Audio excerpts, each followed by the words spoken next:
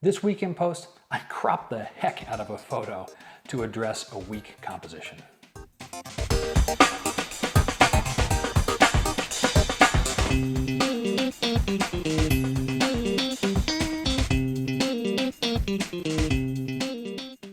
Hi everyone, I'm Scott Davenport and welcome to In Post.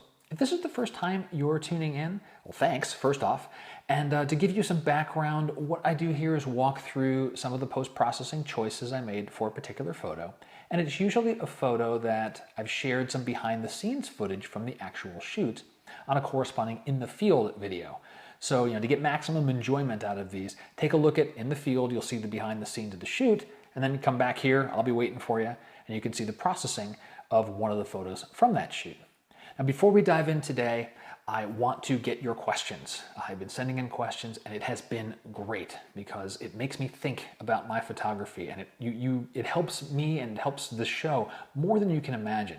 If you got questions about photography, send them to me through my website, comments on the video if you're comfortable doing that. However you want to get me the question, send them in.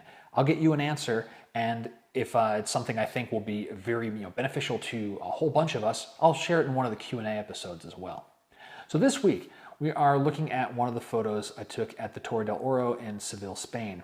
And very quickly into the processing, I realized I had a compositional problem and I needed to deal with that. And thankfully, I was able to accomplish that with some cropping. So let's get into Lightroom, start taking a look, and I'll show you how quickly I made that realization. This is the image that I got straight out of the camera, and I started doing my normal thing of working through the basic panel and doing white balance and tone and presence and so forth. And I've got a snapshot of that here, so let me just load that in. And this started to look pretty good in terms of the color and the exposure and the tone and the contrast and so forth.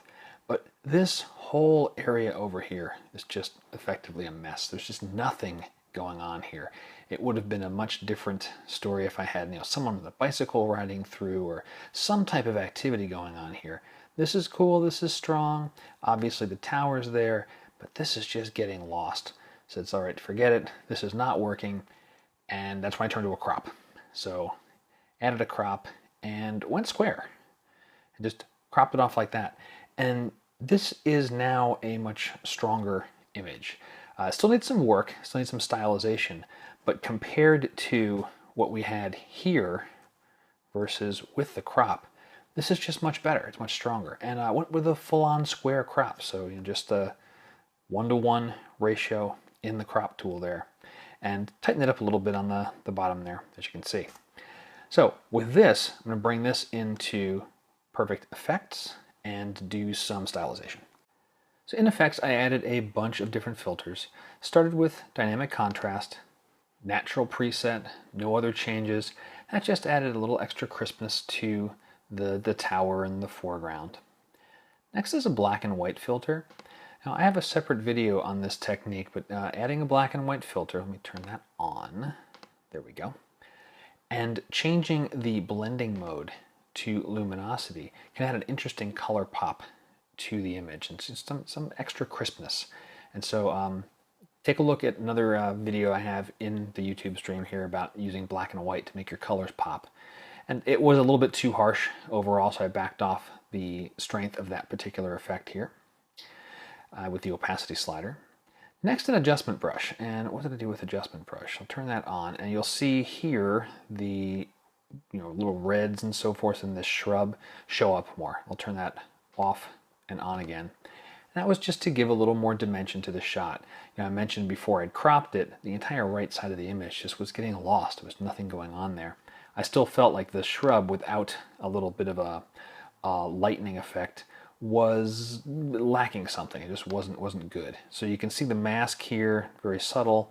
If I do a Control-M, turn on the mask, you'll see that I have added in this little brightening swipe of the brush into this area. And it's a kind of a lazy brush stroke. It's just enough to bring out these little flowers that are on there and give foreground, midground, background, a little more separation. On to Color Enhancer, we'll turn that on. And this is a tiny one, but it's to lower the yellowish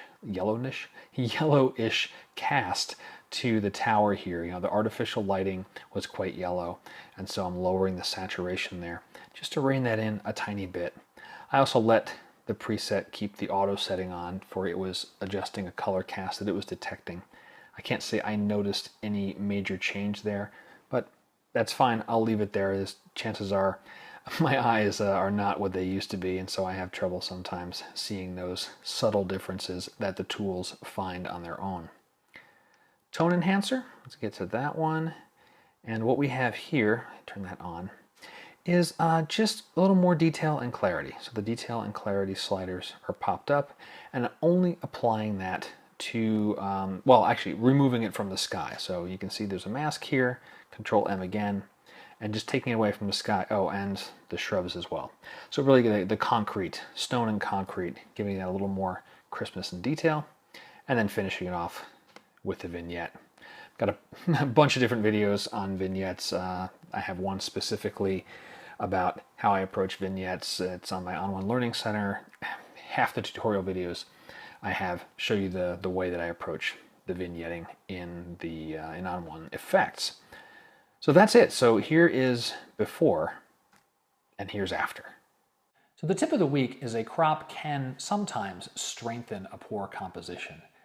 I had set out trying to get like a triangular type pattern to certain elements in the photo, and it just didn't work out. The right side of the photo was just too dark. It wasn't going to work, and thankfully I'd consider myself pretty lucky with this photo that I was able to do a crop, and turned out just went square with it and made a reasonably strong photo out of what otherwise was just too much dead space. So don't be afraid to crop, and more importantly, take away the lessons from that to remember, well, what didn't work in that composition, and remember that the next time you're out, because it's always best to get that composition nailed in camera. That's it for this week in post. I hope you've enjoyed it. If you're starting to process and use some of the tips that I've been sharing with you, share your photos. Probably the best place to do that is on Instagram for me, and it's kind of apropos since we cropped square today and Instagram started as square only. I'm at Scott Davenport Photo on Instagram, and if you've got a photo you want me to take a look at, tag me in the photo. Follow me and you can get all the photos that I'm putting out. I'm doing a month of San Diego right now and gearing up for workshops coming in April. So hopefully I'll meet you out there, and until next time, happy shooting.